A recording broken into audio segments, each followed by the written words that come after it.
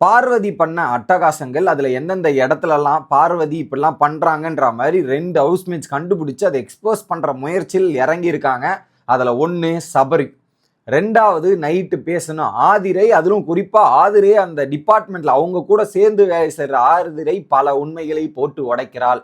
அது என்ன அப்படின்றதையும் பார்க்க போறோம். இன்னொரு பக்கம் பாத்ரூம் ட்ரீம்ல ஏகப்பட்ட பிரச்சனைகள் இருக்கு. அந்த பிரச்சனைகள் என்னென்ன அப்படின்றத முழுக்க முழுக்க பார்ப்போம். வணக்கம் மக்களே, நேஷனல் உச்சில இருந்து உங்கள் மணிவண்ணன். சேனலுக்கு புதுசா இருந்தீங்கன்னா சப்ஸ்கிரைப் பண்ணிருங்க. வீடியோவை பல பேருமே பாக்குறீங்க, மறக்காம லைக் பண்ணிருங்க. இப்ப கண்டென்ட்டுக்குள்ள போகலாம். ஸோ பார்வதியோட இன்சிடென்ட் 3 இருக்கு. ஃபர்ஸ்ட் இன்சிடென்ட் இன்னைக்கு மார்னிங் என்ன பண்ணியிருக்காங்க, சபரியோட வேலை என்ன, அவருக்கு கொடுக்கப்பட்டது அந்த வாட்டர் இன்சார்ஜோட அசிஸ்டன்ட் அதை தீவிரமா பார்த்துட்டு இருக்கார். ஓகே, தீவிரமா பார்த்துட்டு இருக்கார்.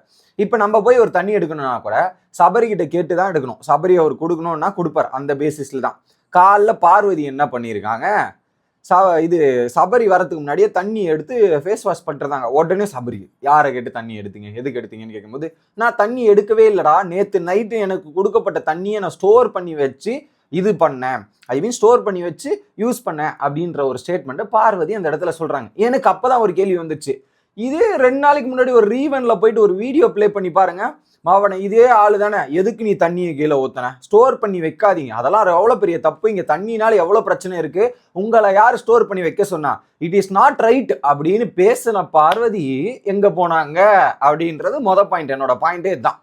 ஸோ தண்ணியை ஸ்டோர் பண்ணாத அப்படின்ன பார்வதி இன்னைக்கு அவங்க எடுத்துட்டு போன தண்ணியை மிச்சம் ஆயிடுச்சு, அதை வச்சு யூஸ் பண்றீங்க. அன்னைக்கு அதை தானமா சுபிக்ஷாவும் பண்ணிச்சு. அதை பண்ணப்ப நீங்க கேள்வி கேட்டீங்களே, எங்களுக்கெல்லாம் இல்ல நீ எடுத்துட்டு போய் அப்படி பண்றியே அப்படின்னு கேட்டீங்களே. அந்த தண்ணி இப்ப நீங்க இருக்கிற தண்ணியை வச்சு யூஸ் பண்ணும்போது உங்களுக்கு ஒரு நியாயம், அவங்களுக்கு ஒரு நியாயமா? வாட் இஸ் திஸ் அப்படின்ற கேள்வி இருக்கு. இது நம்பர் 1 பார்வதியோட டபுள் ஸ்டாண்டர்ட்ஸ். அவங்களுக்கு வந்து அது ஒரு நியாயமாகவும் அடுத்தவங்களுக்கு வந்து அந்த நியாயத்தை எப்படி பாக்குறாங்கன்றத நீங்க பாத்துக்கணும். 1. 2வது சபரி கேட்குறான், இல்லை நீ வெளியே இல்லடா அதனால நான் போனேன்ற மாதிரி சொல்றாங்க. நான் வெளியேனாலும் நீங்க போகக்கூடாது, ஏன் அது என்னோட வேலை, என்கிட்ட கேட்டுதான் நீங்க தண்ணி எடுக்கணும், இதெல்லாம் பண்ணக்கூடாது. நீங்க தண்ணி வேணா என்கிட்ட வந்து கேளுங்க, அப்புறம் நான் கொடுப்பேன், நீங்க இஷ்டத்துக்கு போய் எடுக்கக்கூடாது பார்வதின்றத ஓப்பனா போட்டு அடிக்கிறான். பார்வதி அப்படியே சைலண்ட் ஆயிட்டாங்க. என்ன இவன் நம்மள டார்கெட் பண்றான், பாயிண்டா பேசுறான்ற மாதிரி பார்வதி நோட் பண்ணிட்டு சைலண்ட் ஆயாச்சு. இல்லடா அங்க போய் எடுத்துட்டு வந்து இன்ஃபார்ம் என்கிட்ட கேட்டு போய் எடுங்க அப்படின்ற மாதிரி தரமா சொல்லிட்டான் பார்வதி. சபரி இது ஒரு பக்கம் நடக்குது. உடனே இவன் நம்மள டார்கெட் பண்ணிட்டான், நம்ம ஏதாவது பண்ணுமேன்ற மாதிரி பார்வதி அடுத்து திரும்புறாங்க. அவங்களுக்கு தெளிவா தெரியும் வாட்டர் இன்சார்ஜ் தூங்கிட்டு இருக்காருன்னு. உடனே என்ன பண்றாங்க பார்வதி, இல்ல எங்களுக்கு பாத்ரூம் கிளீனிங்க்கு ஒரு தண்ணி தேவை, அந்த தண்ணியை வந்து நீ எடுத்துன்னு வந்து கொடுக்குறியா, தண்ணி வந்து எவ்வளவு எங்களுக்கு வேணும், நாங்க காலையிலேயே பாத்ரூம் கிளீன் பண்ணோம், அந்த தண்ணியை கொடுன்ற மாதிரி இப்போ அப்படியே ரிவர்ஸ் பண்றாங்க. ரிவர்ஸ் பண்ணி யார் பக்கம், சபரி பக்கம் திருப்புறாங்க. அது வரைக்கும் பாத்ரூம் கிளீன் பண்ணணுன்ற எண்ணம் இதுவரை டிஸ்கஷன் பண்ணல. சபரி வந்து நம்மள ஒரு பாயிண்ட் கேட்டு லாக் பண்ணிட்டான். இப்போ நம்ம அது சபரியை ஒரு சுச்சுவேஷன்ல போட்டு, கிரன்ச் சுச்சுவேஷன்ல போட்டு சபரி என்ன முடிவு எடுக்கிறான்றத பார்ப்போன்ற மாதிரி திரும்பி அடிக்கிறாங்க. அது தப்பு சொல்ல முடியாது, ஏன்னா நீ கொடுத்த நான் திரும்ப உன்னை செக் பண்றேன்ற மாதிரி பார்வதி போட்ட பால் சூப்பர். உடனே சபரி என்ன சொல்லிட்டார், என்னால முடிவு எடுக்க முடியாது, நான் என் மேல எடுத்த கன்சல்ட் பண்ணிட்டு வந்து உங்ககிட்ட சொல்றேன், அவர் தூங்கிட்டு இருக்கா, நான் கேட்டு வந்து இல்லைங்க நீங்களா முடிவு எடுங்க, அவர் இல்லைன்னா நீங்க முடிவு எடுக்கணும்ல அப்படின்ற மாதிரி பார்வதி சொன்னோன்னே, இல்லை நான் கன்சல்ட் பண்ணிட்டு எடுத்துட்டு வரேன்ற மாதிரி சபரி தெளிவா சொல்லிட்டு போயிட்டான். சொல்லிட்டு போயிட்டதுக்கு அப்புறம் இங்க ஒரு கிச்சன்ல டிஸ்கஷன் நடக்குது. கிச்சன்ல இல்ல, வெளியே கார்டன் ஏரியாவில் டிஸ்கஷன் நடக்குது.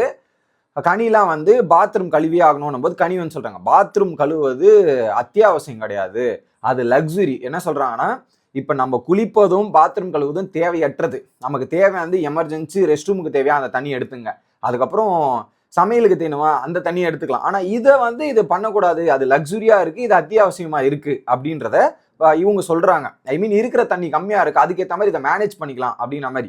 ஏன்னா அது ஓரளவுக்கு நீட்டா தான் இருக்கு, ஸோ அதை நம்ம போயிடலாம். அந்த அளவுக்கு மோசமா இருந்தா நம்ம கிளீன் பண்றதுல ஒரு நியாயம் இருக்கு அப்படின்ற மாதிரி ஒரு விஷயத்த இவங்க சொல்றாங்க. யாரு, கனி. உடனே காந்தி வந்துட்டு, அது எப்படிங்க பாத்ரூம் கிளீனிங்கும் அத்தியாவசியம் தாங்க வருது, இப்படி வருது அப்படின்ற ஒரு டிஸ்கஷன் போது, அப்படி போயிட்டு இருக்க டைம்ல கரெக்டா வந்து சொல்லிட்டாப்புல சபரி வந்து தண்ணி எடுத்துங்க, தண்ணி பர்மிஷன் கொடுத்தாச்சு, நீங்க தண்ணி எடுத்துங்கன்னும் போது சபரி ஒரு கேள்வி கேட்கிறான், தண்ணி எவ்வளவு வேணும் உங்களுக்கு அப்படின்னு கேட்கிறாப்புல. ஸோ நீங்க ஒரு டீம்னா தண்ணி எவ்வளோ, அது எனக்கு தெரியல, நீங்க பார்த்து சொல்லுங்க அப்படின்னு. அது எப்படி, நீங்க ஒரு டிபார்ட்மெண்ட்ல வேலை செய்யறீங்கன்னா அந்த டிபார்ட்மெண்ட் வேலையில உங்களுக்கு தண்ணி எவ்வளவு தேவைப்படும், அதை தான் கிளீன் பண்றது நீங்க டிசைட் பண்ணோம், அடுத்தவன் சொல்ல மாட்டான். உங்களுக்கு என்ன வேணுமோ சொல்லும் போது கனி வந்து கேட்கறாங்க, நாங்க கிச்சன்ல இருக்கோம், எங்களுக்கு ஒரு தண்ணி வேணும்னா அதை நாங்க எவ்வளவு வேணும் எங்களுக்கு தான் தெரியும், அதே மாதிரி உங்க டிபார்ட்மெண்ட்டை நீங்க பார்த்துருக்கணும்ல அப்படின்ற கேள்வியை கனி பார்வதி பார்த்தியும் திவாகரை பார்த்து கேட்கும்போது திவாகர் எங்களுக்கு ஒரு பக்கெட்டு ஃபுல்லா தண்ணியை கொடுத்துருங்கன்ற மாதிரி திவாகர் சொல்லிட்டார். அந்த இடத்துல எனக்கு தெரியாது அப்ப தெரியாத வேலையை எதுக்கு தெரியும், ஒண்ணு தெரியல, அதை தெரிஞ்சுக்க முயற்சி பண்ணோம். அதை நீங்க தானே வேலை பாக்குறீங்க, எவ்வளவு நான் இருக்கும்னு உங்க டீம் கிட்ட டிஸ்கஸ் பண்ணிட்டா வரணும். டிஸ்கஸும் பண்றது கிடையாது, கேட்டா தெரியலன்ற பதில டைரக்டா சொல்லிடுறது. இப்படி சொல்லிட்டாங்களா, உடனே என்ன பண்ணிட்டாங்க, ஓகே தரேன்னு சொல்லிட்டு அதை போயிட்டு சபரியுமே பாதி தண்ணி தான் இருக்கிற தண்ணி கம்மியாக இருக்கு, பாதி தான் தரேன்ற மாதிரி பாதி கொடுத்து அமிச்சிட்டான். இதுல பல பேர் வந்து திவாகரோட விஷுவல்ஸை இன்னைக்கு ஆதிர என்ன பண்ணாங்கன்னா, அவர் பாத்ரூம் ரெஸ்ட் ரூம் போகும்போது ஒழுங்கா கிளீன் பண்ண மாட்டேங்கிறார், ஸோ ஒழுங்கா தண்ணி ஃப்ளஷ் பண்ண மாட்டேங்கிறார், அந்த சில அதை சொல்ல முடியல, அந்த மாதிரி சில விஷயங்கள் இருக்குன்னு காலையிலேயே வந்து அதை காமிச்சு எக்ஸ்போஸ் பண்ணி விட்டுருந்தாங்க. இன்னொரு பக்கம் ரெண்டாவது எக்ஸ்போஸ் நம்பர் 2 என்ன அப்படின்றது பார்த்தீங்கன்னா, நேற்று நைட்டு ஆதிரை சொன்ன பல விஷயங்கள் என்னன்னா, திவாகரும் பார்வதியும் ஒரு பக்கம் கிளீனிங் டீம்ல இருக்காங்க, பாத்ரூம் டீம்ல இருக்காங்க. ஆனா பாத்ரூம் போய் கிளீன் பண்ணும்போது அந்த எதுவுமே ஒழுங்கா கிளீன் பண்றது இல்ல. நேத்து வெஷலை கிளீன் பண்றேன்றாங்க, அந்த சிங்கை கிளீன் பண்ணன்றாங்க, அந்த சிங்கை கிளீன் பண்ண மாதிரியே இல்லை. பாத்ரூமை கிளீன் பண்ணுன்றாங்க, பாத்ரூமை கிளீன் பண்ணிட்டு முழுசா கிளீன் பண்ணணும். பாத்ரூம்னா என்ன, அது 2 பாத்ரூமும் டாய்லெட் இருக்குன்னா அது ஃபுல்லாத்தையும் வாஷ் பண்ணிட்டு வரணும். இவங்க கிளீன் பண்ற பேர்ல அங்க இருக்கிற டஸ்ட்பின் எடுக்கிறது இல்லை, பேப்பர் எடுக்கிறது இல்லை, அதெல்லாம் போட்டுட்டு அப்படியே வந்துட்டு இருக்காங்க. அதுக்கப்புறம் என்கிட்ட நான் போய் செக் பண்றேன், இதெல்லாம் அப்படியே இருக்குன்னு சொல்றேன், அதை மட்டும் நீ கிளீன் பண்ணிடுறியா, அதை மட்டும் நீ கிளீன் பண்றியா அப்படின்னு சொல்லிடுறாங்க. ஸோ இவங்களுக்கு கொடுக்கப்பட்ட வேலையை எப்படி பார்வதிக்கும் திவாகருக்கும் கொடுக்கப்பட்ட வேலையை ஒழுங்கா பண்ணல. ஆதிரா ஃபர்ஸ்டே சொல்லியிருக்காங்க, நம்ம ஒவ்வொரு பாத்ரூமை பிரிச்சுக்கலாம் அப்படின்ற மாதிரி பிரிச்சுட்டு அந்தந்த போர்ஷனை பண்ணலான்னா அதுக்கு ஒத்துக்கல. இவங்க போயிட்டு இவங்களுக்கான போர்ஷன்ஸை 2 பேரும் சேர்ந்து கிளீன் பண்றாங்க. கிளீன் பண்றதையும் உருப்படியா கிளீன் பண்ணிருக்கணும்ல. உங்க இடத்துல மிஸ் பண்ணது என்ன பண்ணணும், நீங்க தான் கிளீன் பண்ணிட்டு வரணும்.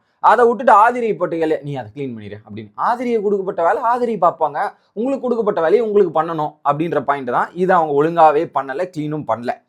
ஸோ கேட்டால் நாங்கள் கிளீன் பண்ணிட்டோம், பக்காவாக வேலை பார்க்குறோம், மாஸாக பார்க்குறோன்ற மாதிரி பில்டப்பை மட்டும் கேமரா முன்னாடி வந்து மட்டும் கொடுக்க தெரியுது. இதை வந்து பேசிக்கலி இதை வந்து ஆதிரை சொல்கிறாங்க. ஓகே, ஆதிரை சொல்கிறாங்க. அடுத்து என்ன பண்ணுறாங்க, 2வது எக்ஸாம்பிளும் நேற்று நைட்டு சொல்கிறாங்க. நேற்று சபரி வந்து என்கிட்ட அந்த டிஷ்யூ பேப்பர் மேட்டரை வந்து இதெல்லாம் போடுறாங்க அப்படின்ற மாதிரி சொல்லிட்டு இருக்கும்போது அந்த டஸ்ட்பின்ல டிஷ்யூ எல்லாம் வலிஞ்சிட்டு இருக்கு, அந்த கவரை ரொம்ப வலிஞ்சு உளுந்துட்டு இருக்கு போல. அது சபரி வந்து ஆதிரை நீங்க போய் பாருங்கன்னும் போது டவுட் வந்துச்சு. அந்த வீட்டில் இருக்கிற சபரி வெளியே இருக்கிற என்கிட்ட வந்து சொல்றான், வீட்டில் தானே பார்வதியும் திவாகரும் இருக்காங்க, அவங்க கிட்ட போய் சொல்லியிருக்கலாமே அப்படின்ற டவுட் இருக்கு. ஆனா ஆதிரை கேட்கல, சபரி கிட்ட கேட்காம விட்டாங்க நேற்று நைட் நடக்கும்போது.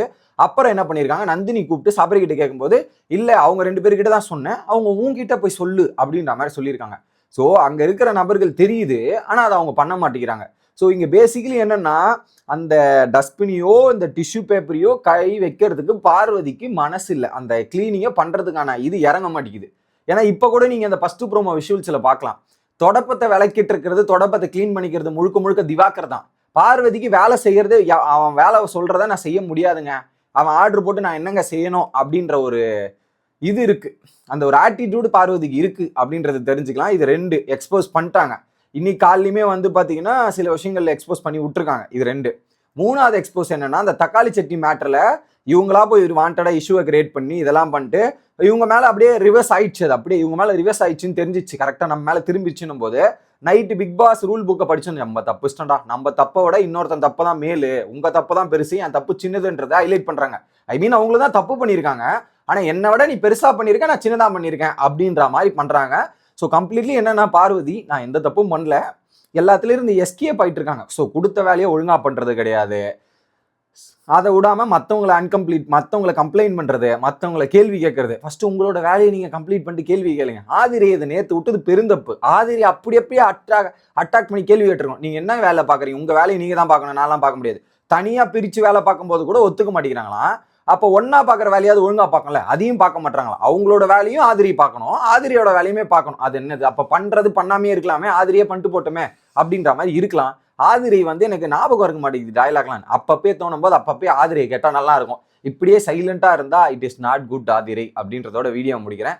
நீங்க என்ன நினைக்கிறீங்க அப்படின்றத கமெண்ட் செக்ஷன்ல மறக்காம போட்டுருங்க. Bye guys.